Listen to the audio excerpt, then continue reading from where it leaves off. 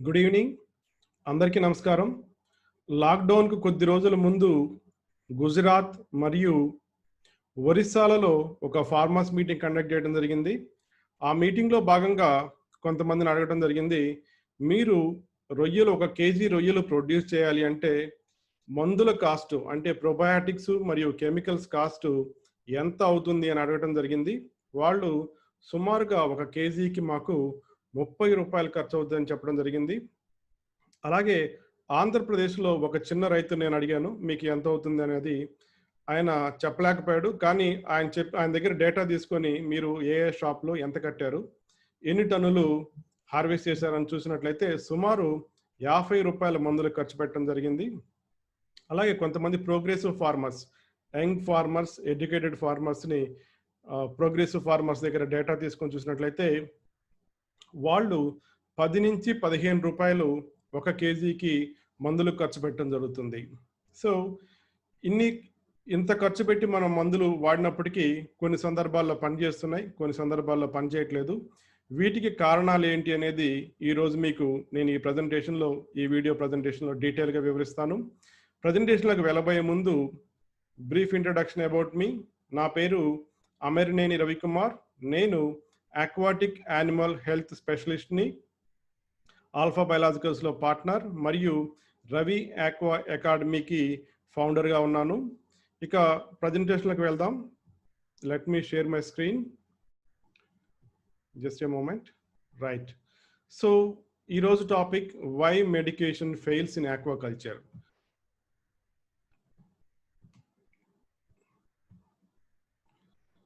So, ఇక్కడ మా గురువుగారు, మా మెంటర్ నాకొక విషయం చెప్పారు. గోల్డెన్ ట్రయాంగిల్ అంటారు.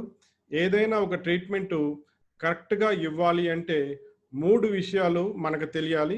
ఒకటి, నో ద హోస్ట్. చేప గాని, రొయ్య గాని వాటి శరీర స్వభావం ఏంటి, దాని ఫిజియాలజీ ఏంటి అనేది మనకు తెలియాలి.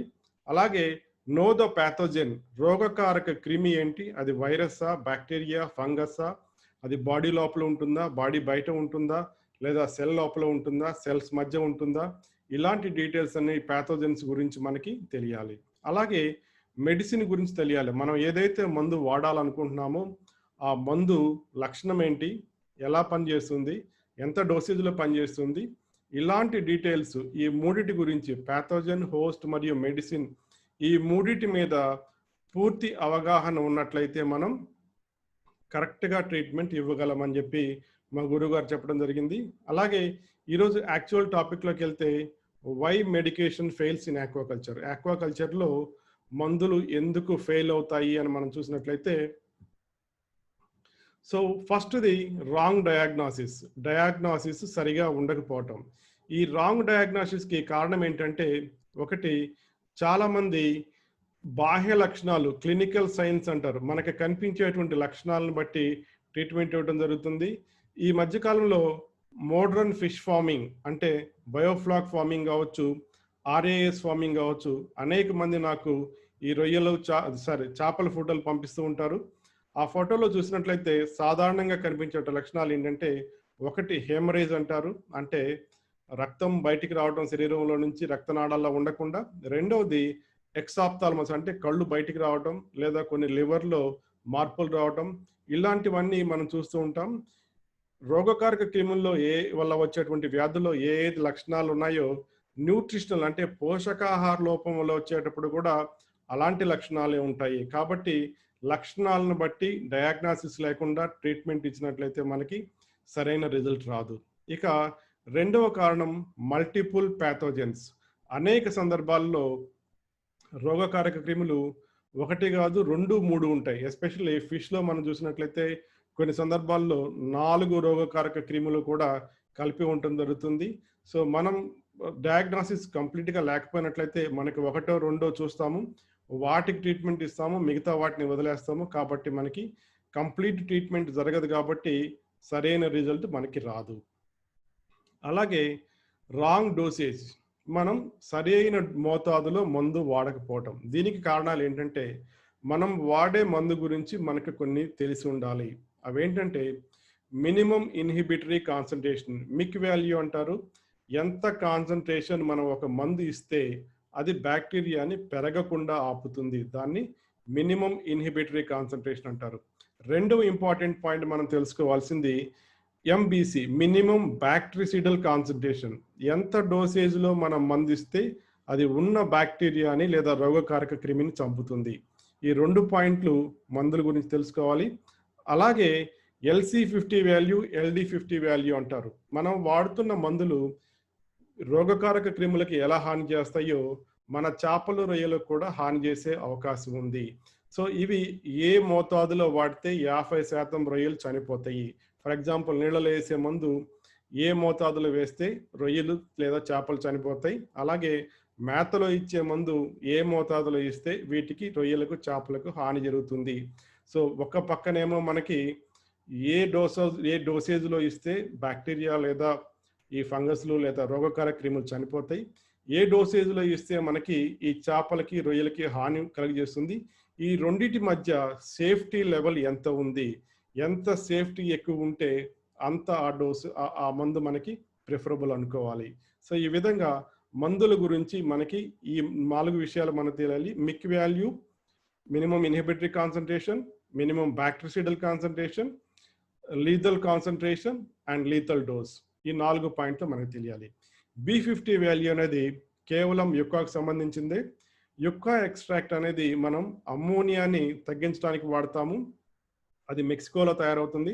మెక్సికోలో ఉన్నటువంటి టాప్ 2 కంపెనీస్, ప్రపంచ ప్రసిద్ధి చెందిన యుక్కా తయారు చేసేటువంటి 2 ప్రముఖ కంపెనీల వెబ్సైట్ చూసినట్లయితే మాది అతి గొప్ప ప్రోడక్టు, మా ప్రోడక్ట్ యొక్క B50 వాల్యూ 4 ppm అంటారు. B50 వాల్యూ అంటే ఎంత డోసేజ్ యొక్క మనం వాడినట్లయితే ఉన్న అమ్మోనియా 50% తగ్గిపోతుందో దాన్ని B50 వాల్యూ అంటారు. అది 4 ppm అంటే 40 kg ఒక హెక్టార్కు మనం వాడినట్లయితే 1 ppm ఉన్న అమ్మోనియా 0.5కి వస్తుందని వాళ్ళు మాది బెస్ట్ ప్రోడక్ట్ అని ఛాలెంజ్ చేస్తున్నారు. కానీ మనం వాడుతున్న డోసేజీ 1/2 kgనో 1/4 kgనో వాడుతున్నాం, అయినా మనకు పనిచేస్తుంది. ఎందుకంటే అది యాక్షన్ డిఫరెంట్. దాని యాక్షన్ ఏంటంటే యూరియేజ్ ఇన్హిబిటర్ అంటారు. అంటే ఇది ఒక ఎంజైమ్ని పని చేయకుండా చేస్తుంది. ఈ ఎంజైము ప్రోటీన్ నుంచి అమ్మోనియా ప్రొడక్షన్ కాకుండా ఆపుతుంది. ఉన్న అమ్మోనియాని అక్కడ ఉన్నటువంటి ప్లాంక్టాను, బ్యాక్టీరియాను ఎసిమిలేట్ చేసుకుంటే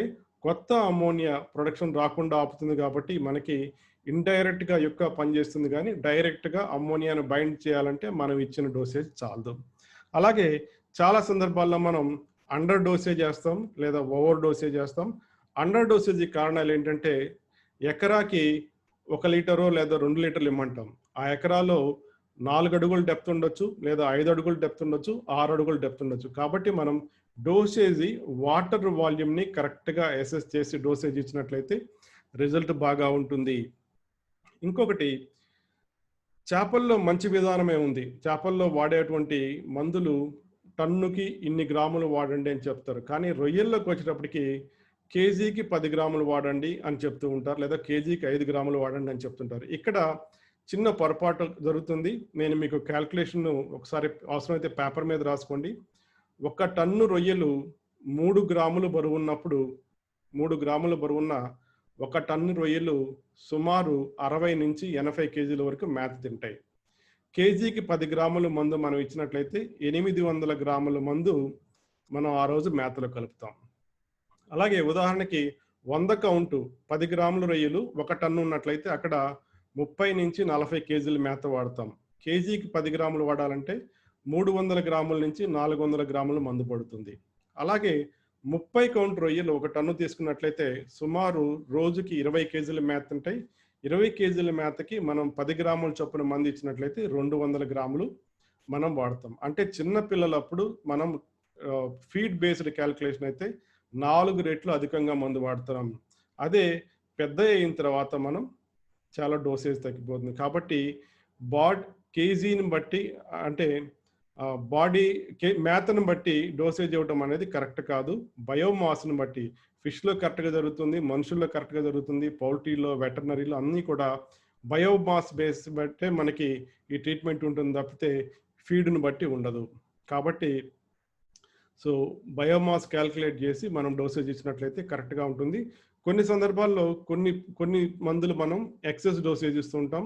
సో అది కూడా కరెక్ట్ కాదు. ఓవర్ డోసేజ్ అనేది కొద్ది కేసుల్లో మాత్రమే జరుగుతుంది. కాబట్టి దాని గురించి నేను డీటెయిల్‌గా వివరించట్లేదు. అలాగే ఫిష్‌లో యాంటీబయాటిక్స్ వాడుతుంటారు. ఈ మొదట ఒక యాంటీబయాటిక్ వాడేవాళ్ళు, 2, 3 ఇప్పుడు కొంతమంది నేను 4 యాంటీబయాటిక్స్ కూడా కలిపి ప్రిస్క్రైబ్ చేయటం విన్నాను. దీనివల్ల యాంటీబయాటిక్ రెసిస్టెన్స్, అది కూడా మల్టీ డ్రగ్ రెసిస్టెన్స్ రావడం జరుగుతుంది. అందువల్లే మనకి ఈ బ్యాక్టీరియా వ్యాధులు వచ్చినట్లయితే ఈ మందులు వాడినా కూడా మనకి సరిగా రెస్పాన్స్ రావట్లేదు. అలాగే కంపాటిబిలిటీ, యాంటీబయాటిక్స్ అన్నీ కూడా కంపాటబుల్ కాదు. సో కొన్ని మందులు కలిసినప్పుడు యాక్షన్ సినర్జిస్టిక్గా ఉంటుంది. 1+1=2 అంటాం. సో కొన్ని మందులు కలిపినప్పుడు రిజల్ట్ యాంటగోనిజం ఉంటుంది. అంటే రెండు పనిచేయవు. కొన్నిసార్లు మందులు రెండు కలిపినప్పుడు రెండు అంటే ఎక్కువ పవర్ఫుల్గా పనిచేస్తాయి. అలాగే కొన్నిసార్లు వాటి రెండింటి పవర్ తగ్గిపోతుంది. కాబట్టి ఏవి కంపాటబుల్ కాదు అని స్టడీ చేసిన తర్వాతే ఈ డిఫరెంట్ యాంటీబయాటిక్స్ ఇచ్చేటప్పుడు మనం సరైన ట్రీట్మెంట్ ఇవ్వగలం. అలాగే యాంటీబయాటిక్స్ అన్నీ కూడా బ్యాక్టీరియాని చంపవు. మనం వాడేటువంటి చాలా యాంటీబయాటిక్స్ బ్యాక్టీరియా స్టాటిక్ అంటారు. బ్యాక్టీరియా స్టాటిక్ అంటే అవి బ్యాక్టీరియాని సంఖ్యని పెరగకుండా రిప్రొడ్యూస్ కాకుండా మల్టిప్లై అవ్వకుండా ఆపుతాయి, కానీ బ్యాక్టీరియాని చంపవు. 100% మనం ఆక్వాకల్చర్లో వాడేటువంటి యాంటీబయాటిక్స్ బ్యాక్టీరియా స్టాటిక్ మాత్రమే, బ్యాక్టీరియోసిడల్ కాదు. యాంటీబయాటిక్ ఆపిన తర్వాత అక్కడ బ్యాక్టీరియా చనిపోకపోగా దానికి రెసిస్టెన్స్ కూడా డెవలప్ అవుతుంది. కాబట్టి మచ్ విగర్, ఇంకా పవర్ఫుల్గా, ఇంకా తీవ్రంగా మనకి వ్యాధి వచ్చే అవకాశం ఉంది. కాబట్టి మనకి ఏ యాంటీబయాటిక్ బ్యాక్టీరిసిడల్, ఏ యాంటీబయాటిక్ బ్యాక్టీరియోస్టాటిక్, మరియు ఈ యాంటీబయాటిక్ సెన్సిటివిటీ ఏ కాన్సన్ట్రేషన్లో ఉన్నది యాంటీబయాటిక్ సెన్సిటివిటీ చేసి ఆ పర్టికులర్ యాంటీబయాటిక్ రెసిస్టెన్స్ ఉంటే ఆ యాంటీబయాటిక్ వాడకూడదు, సెన్సిటివ్గా ఉంటే ఆ యాంటీబయాటిక్ వాడాలి. అలా చేసినప్పుడు మాత్రమే మనకి రిజల్ట్ సరిగా వస్తుంది. మామూలుగా అయితే రిజల్ట్ సరిగా రాదు. అలాగే డెలివరీ, మందు ఇచ్చే విధానంలో తేడా ఉంటుంది. చాలా సందర్భాల్లో మనం వాటర్లో ఇస్తుంటాం. మనకి చాలామంది మినరల్స్ పౌల్ట్రీ నుంచి వచ్చినాయి. పౌల్ట్రీ మినరల్స్ వాటర్ సాల్యుబుల్ కాదు. కాబట్టి మనం వాటర్ అప్లికేషన్ ఇచ్చినట్లయితే ఆ మినరల్స్ వాటర్ సాల్యుబుల్ ఉండాలి. అలాగే ఫీడ్ సప్లిమెంట్కి మనం సరైన బైండర్ వాడకపోయినట్లయితే లీచింగ్ ఎక్కువగా ఉంటుంది. సో ప్రాపర్ పోవాల్సినటువంటి కాన్సన్ట్రేషన్ మందు బాడీలోకి పోకపోవటం వల్ల కూడా మనకి సరైన రిజల్ట్ రాదు.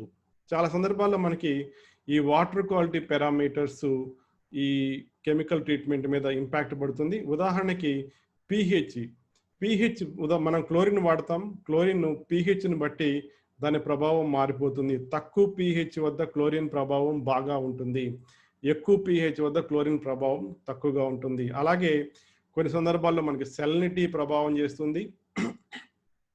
జియోలైట్ అన్నది హై సెలినిటీలో సరిగా పనిచేయదు, లో సెలినిటీలో బాగా పనిచేస్తుంది.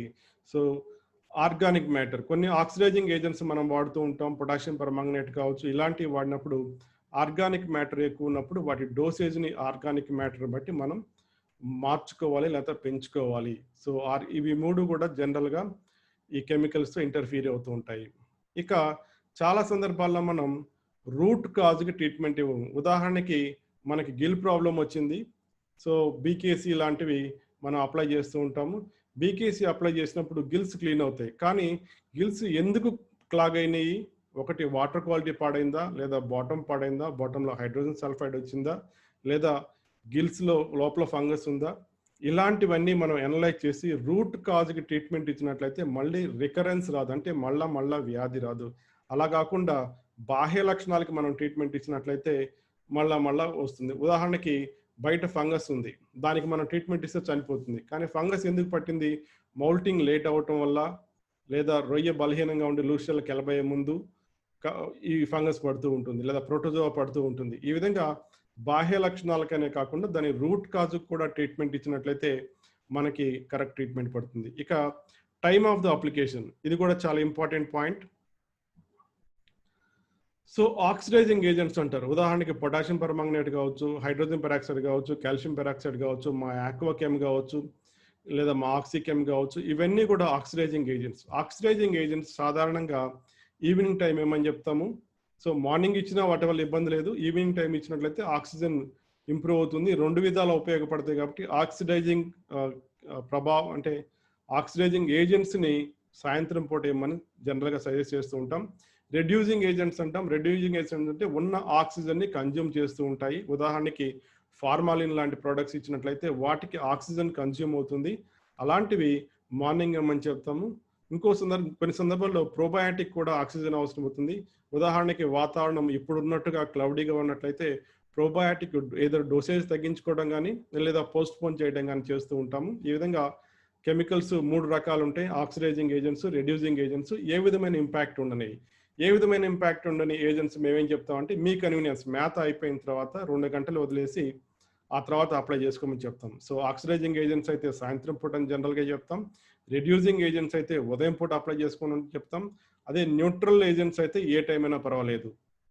అలాగే శానిటైజర్స్‌లో కూడా కొన్ని ఆక్సిడైజింగ్ ఉంటాయి. అవి ఈవినింగ్ కూడా ఇచ్చుకోవచ్చు. అర్జెంట్స్ మనకి అప్పుడప్పుడు నైట్ ఇచ్చుకోవాలంటే ఆక్సిడైజింగ్ కెపాసిటీ ఉన్నటువంటి శానిటైజర్లు అప్లై చేసుకుంటాం. ఈ విధంగా టైమ్ ఆఫ్ అప్లికేషన్. అలాగే ఫోటో సెన్సిటివ్. ఉదాహరణకి క్లోరిన్, బ్లీచింగ్ పౌడర్ అనేది ఫోటో సెన్సిటివ్. బ్లీచింగ్ పౌడర్ ఎండ తగిలితే దాని పవర్ పోతుంది. కాబట్టి ఈవినింగ్ అప్లై చేయమని చెప్తాం. ఫోటో సెన్సిటివ్ అయితే ఈవినింగ్ అప్లై చేయాలి. అలాగే చాలా సందర్భాల్లో మనకి లేబుల్ క్లెయిము కరెక్ట్‌గా ఉండదు. దానివల్ల అది ఏంటి, ఎంత డోసేజ్ అనేది కూడా మనకి అర్థం కాదు. ఏదో కంపెనీ వాళ్ళు చెప్పిన డోసేజ్ మనం ఇవ్వాల్సి వస్తుంది. రిజల్ట్ ఉంటే ఉంటుంది, లేకపోతే లేదు. అలాగే ఇంకొక ఇంపార్టెంట్ పాయింట్ స్టోరేజ్. నేను చాలా ఆక్వా షాపుల్లో చూశాను. డిస్‌ప్లే పెడతారు. ప్రోబయాటిక్స్ డ్రమ్స్‌లో ఉంటుంది. ఆ డ్రమ్ తీసుకొచ్చి డిస్‌ప్లే పెడతారు. బయట పెడతారు. నడి ఎండాకాలంలో బయట ప్రోబయాటిక్ డ్రమ్ ఉంటుంది. ఊహించండి అందులో ఉన్న స్పోర్ కౌంట్ ఎంత దారుణంగా పడిపోతుందో. కాబట్టి ఎప్పుడూ కూడా జియోలైట్ లాంటివి అయితే పర్లేదు కానీ ఈ ప్రోబయాటిక్స్ ఎప్పుడు కూడా టెంపరేచర్‌కి ఉండనటువంటి ఏరియాలో ఉండాలి. డిస్‌ప్లేకి అలాంటివి పెట్టడం కరెక్ట్ కాదు. అలాంటి డ్రమ్ముల్లో ప్రోబయాటిక్ మనకు వాడినట్లయితే రిజల్ట్ సరిగ్గా రాదు. అలాగే లైట్ సెన్సిటివ్. ఉదాహరణకి మనకు కొన్ని రకాలైనటువంటి కెమికల్స్ బ్రౌన్ కలర్ బాటిల్‌లో వస్తాయి. అయోడిన్ చూసే ఉంటారు. అది యాంబర్ కలర్ గానీ, లేదా బ్లాక్ కలర్ గానీ బాటిల్స్‌లో ప్యాక్ చేస్తారు. ఎందుకంటే లైట్ తగిలితే దాని పవర్ పోతుంది. అది లైట్ సెన్సిటివ్ అంటారు. కాబట్టి లైట్ సెన్సిటివ్ కెమికల్‌ని డార్క్ బాటిల్స్‌లోనే ప్యాక్ చేస్తారు. వాటిని లోపలే పెట్టాలి. ఎండ తగలకూడదు. అలాగే ఎక్స్‌పైరీ కొన్ని ప్రొడక్ట్స్‌కి చాలా షార్ట్ ఎక్స్‌పైరీ ఉంటుంది. ఉదాహరణకి బ్యాక్టీరియోఫేజెస్ లాంటి ప్రొడక్ట్స్ చూసినట్లయితే వీటి ఎక్స్‌పైరీ 6 నెలలు మాత్రమే ఉంటుంది. సో వీలైన తొందరగా వీటిని తక్కువ స్టాక్ పెట్టుకొని త్వరగా వాడుకున్నట్లయితే మనకి రిజల్ట్ బాగా ఉంటుంది. సో 6 మంత్స్ దాటితే వీటి పొటెన్సీ తగ్గిపోతుంది. సో ఈ విధంగా మనకి అంటే మనకి ఇచ్చినటువంటి మెడిసిన్స్ సరిగ్గా పనిచేయకపోవడానికి అనేక కారణాలని నేను మీకు ఈరోజు ఎక్స్‌ప్లెయిన్ చేయడం జరిగింది. ఇక మీకు ఏదైనా ఫర్దర్‌గా డీటెయిల్స్ కావాలి అంటే నా వాట్సాప్ నెంబర్ ఇది 9848666776. సో మా ఆల్ఫా బయాలజికల్ సంస్థ మీకు ఎప్పుడు కూడా సరియైన సమయంలో సరైన సమాచారాన్ని ఇచ్చి మీ అభ్యున్నతికి ఉపయోగపడుతుందని ఆశిస్తూ సెలవు తీసుకుంటున్నాను. ధన్యవాదాలు. ఈ ప్రెజెంటేషన్ గనుక ఎవరికైనా నచ్చినట్లయితే మీ ఫ్రెండ్స్‌కి ఎవరికైనా ఉపయోగపడవచ్చు. దయచేసి షేర్ చేయండి. Thank you very much.